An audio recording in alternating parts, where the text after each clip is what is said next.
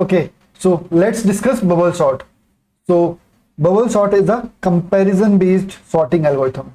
Okay, so what it does, it compares one element to another element. Okay, so how does it works? It works by checking its adjacent element whether it is sorted order or not. Okay, so how does it work? It will check, let's say 3 2 1 5. So it will check whether 3 is less than 2 or not. Okay, whether 2 is less than 1 or not, whether 1 is less than 5 or not. Okay, so it works by checking its adjacent element. Okay, and it is an in place sorting algorithm, right? Because it doesn't use any extra space. So in merge sort, we use an extra space for auxiliary array, but in bubble sort, we don't use any extra space. So it is in place sorting algorithm, right? And it is stable. Why? Because the sequence of repeated elements does not change. Okay, let's say we have 3 3 1 1 5 5, right? Let's name it as 3a 3b 1a 1b 5a 5b. Okay, so after sorting, what will happen? It will be sort like 1a 1b 3a 3b 5a 5b. Okay, so the order of elements does not change. Okay, so first this one will be there in sorted order, and then this one will be there in sorted order. First this 3a will be there, and then 3b will be there. Okay, first this 5 will be there, and then this 5 will be there. Okay, so it is stable, right?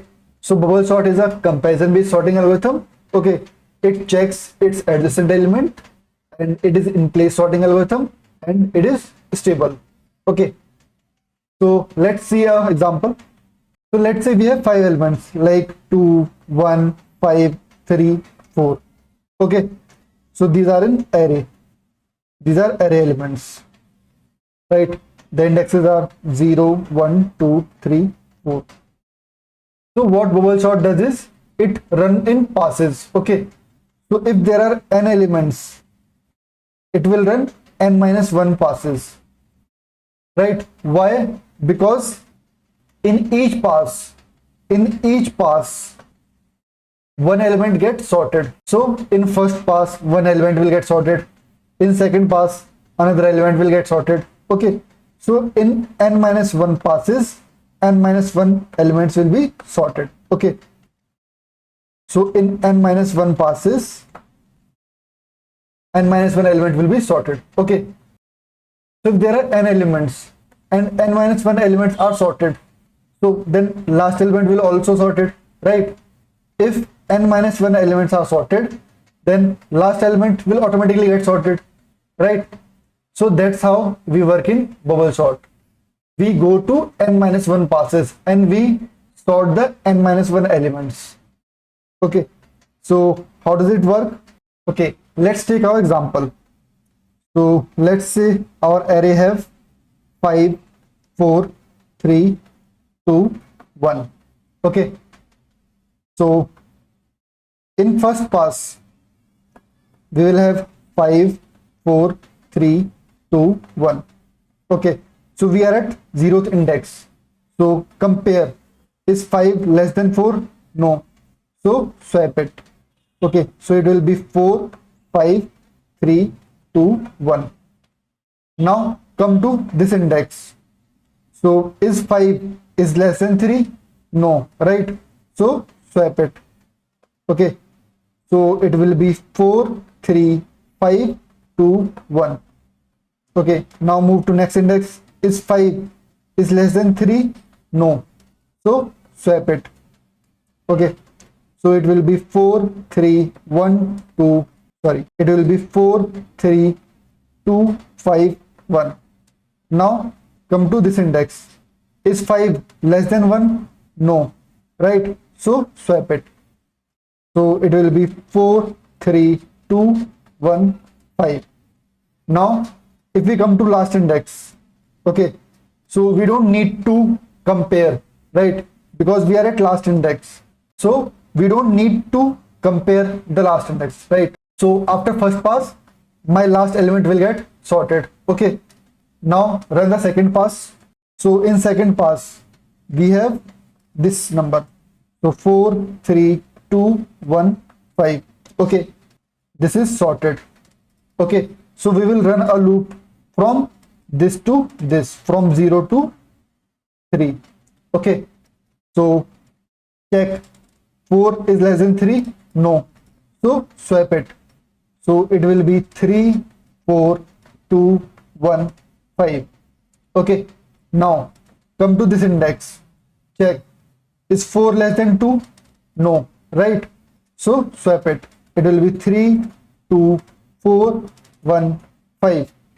Okay, now come to this index, check, if 4 is less than 1, no, right? So swap it. It will be 3 2 1 4 5. Okay, so this is already sorted. Now we come to this index. Okay, so no need to compare. Okay, so this will also get sorted. So after second pass, this will also get sorted. Now till here we have sorted part, and here we have unsorted array. Okay, sorted array, unsorted array. So this part is unsorted and this is sorted. Now run the third pass. So this was pass 2. Okay, we have 3 2 1 4 5. Okay, so this is already sorted, this is already sorted. Now we will run a loop from this to this. Start from here, check, 3 is less than 2, no, so swap it. So it will be 2 3 1 4 5. Now come to this index, is 3 less than 1, no, so swap. So it will be 2 1 3 4 5. Okay, now come to this index. So this is the last index of our unsorted array, right? So this part is already sorted. In the unsorted part, this was our last index. Okay, so no need to check it. Now after pass 3 we have 2 1 3 4 5. Okay, so after third pass this is also get sorted. Now check for next pass. So pass 4. Okay, so it will be 2 1 3 4 5. So this is sorted, this is sorted, this is sorted. Now we will check for this and this element. Okay, so check, if 2 is less than 1, no, so swap it. So it will be 1 2 3 4 5. Okay, so after 4 pass, the array will get sorted. So we have 5 elements in our array, right? So in 5 minus 1, that is 4 passes, our array get sorted. Okay, so in 4 passes our array gets sorted. So if there are n elements in n minus 1 passes, we will get our sorted array. Okay, so we will run a loop for n minus 1 passes, and in every pass we will do these things. Okay, we will check all the adjacent array from 0 to that particular index, right? So let's code it quickly. Okay, so we are writing code for bubble sort. Okay, so let's take our array of size 5. Let's take 5 comma 4 comma 3 comma 2 comma 1. Okay, and let's call our bubble sort of array, right? Okay, now let's create our bubble sort function, bubble sort. Okay, I will take int arr. Now I will run a loop for passes. So run a loop for passes. Okay, so I will run a loop from int I equals to 0, I is smaller than, let's pass the size here. So let's say I am passing 5, and here my size is int n. Okay, so I will run for n minus 1 passes, because if the array is of size 5, then we need to run 4 passes. Now what I need to do, I need to run a loop from 0 and run till the unsorted part of the array. Okay, so run a loop till unsorted part of the array. Okay, So run a loop for int j equals to 0. J is smaller than what? It will be n minus I minus 1. Okay, and j plus plus. So why I'm taking n minus 1 minus I? So when I equals to 0, okay, so j will run till n minus 1. Okay, so we'll check till n minus 1 elements. When I will be 1, j will run till n minus I is 1 minus 1, that is n minus 2. Okay, so in this loop what I will do, I will check if array of my j is greater than array of j plus 1. So what I will do, I will swap them. Okay, so how can I swap them? I can take temp array, right? So I will take int temp will store my array of j, and array of j will store array of j plus 1, and array of j plus 1 will store temp, right? So what I will do, I will swap them. If my array of j is greater than my next element, so I will swap them. So this will be our code for bubble sort. What I can do, I can here print also. So for int I equals to 0, I smaller than say 5, I plus plus, out array of I. Okay, right now I'm hard coded it. What you can do, you can create a function print for printing this. Okay, so let's save it and run it. See, 1 2 3 4 5 is printed. Okay, so what you can do, you can take this also. Now see, 1 2 3 4 5 is printed. Okay, now let's talk about time complexity. So this outer loop is run for n times. Okay, so outer loop will run for n times. Now every time it is run for n times, right? One index, two index, more or less, but it will be n only. Okay, so it will be order of n square. So my time complexity will be order of n square. Okay, so this is the time complexity of bubble sort in almost all the cases, right? In best case, in worst case, in average case, this is order of n square only. So that's why we don't use it very frequently, because of its time complexity. Now the time complexity for best case can be reduced from n square to n. Okay, so let's see how we can reduce it. So let's remove all these comments. Okay, what if my input is just reverse? What if my input is 1 2 3 4 5, right? So it is already sorted, right? So in this case, what can happen? We can reduce our time complexity to order of n. Okay, how we can do that? So if I take a boolean variable, let's say is swap, and let's mark it as false. Okay, so why I'm taking this? See, if inside my first pass, when I'm running my first pass, if there is no swap, then what does it mean? It means that it is already sorted, right?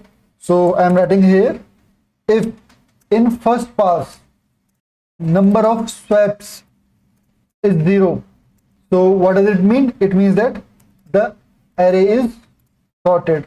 Okay, so we can come out of it, right? So initially its swap is 0. Now what I can do in this condition, I can mark my is swap as true. So if at any index the element is greater than the next element, then we are swapping it, right? So mark the is swap is true here. Okay, and after this for loop, what I can do, if is swap equals to false, what I will do, I will break it. Okay, so at any point of time, if in any passes my number of swaps is 0, then what I can do, I can break it. Okay, so what I can do, I can declare it inside also. So if I declare it here, that will be much better. Okay, so in every pass, what I am doing, I am taking is swap as 0. Now if there is any swap, I will mark it as 1. Okay, and checking after this loop, I'll checking if there is no swap, that means it is already sorted, so I will break it, right? So that's how we can optimize it, right? So in any pass, if number of swaps are 0, then the array is sorted, right? So we can come out of the loop. So that's how we can optimize the bubble sort. Let's run this. So it will be 1 2 3 4 5. Okay, so here we have reduced the number of passes. So my time complexity will be n square for worst case and average case, and for best case it will be order of n, right? So this loop will be run for n times only. This inside loop will run for first time and then it will not run. Okay, now see how many comparisons and swaps are required. Okay, so in first pass n-1 comparisons are required, right? In second pass n-2 comparisons are required. In third pass n-3 comparisons are required. So it will go till 1, and if we create the equation, then it will be n into n-1 by 2, right? So it will be order of n square. Now what will be the number of swaps in worst case? So we have seen the problem 5 4 3 2 1. So in every case what we are doing, we are swapping. Okay, so in first pass there will be n-1 swaps, in second pass there will be n-2 swaps, in third pass there will be n-3 swaps, and so on till 1. So the number of swaps will be order of n square in worst case. Okay, so maximum it can be n square, minimum swaps can be 0, right? So if the elements are 1 2 3 4 5, okay, the elements are already in sorted order, so 0 swaps are required. But in worst case, let's say 5 4 3 2 1, so in this case order of n square swaps are required. Okay, order of n square swaps are required. Now what will be the time complexity? We have discussed it is order of n square for every case. Now if we improve it, then it will be order of n, right, using our bool variable. So what will my space complexity? It will be order of 1, right, because we are not using any extra space. In merge sort we use an extra space, but here we are not using any extra space. Okay, now the number of required passes we have already discussed, it will be n-1. Okay, so let's see this example. So in this example we have 1 pass, we have 2 pass, we have third pass, we have fourth pass. So in first pass 16 get sorted, in second pass 15 get sorted, so this is our sorted array, this is our unsorted array.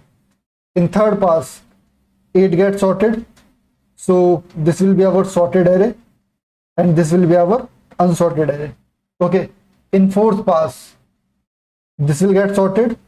Okay, so if n-1 elements get sorted, then rest element will be sorted.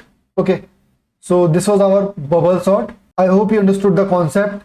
We are just checking the adjacent elements and swapping accordingly. Okay, so let's move forward to our next algorithm. Okay.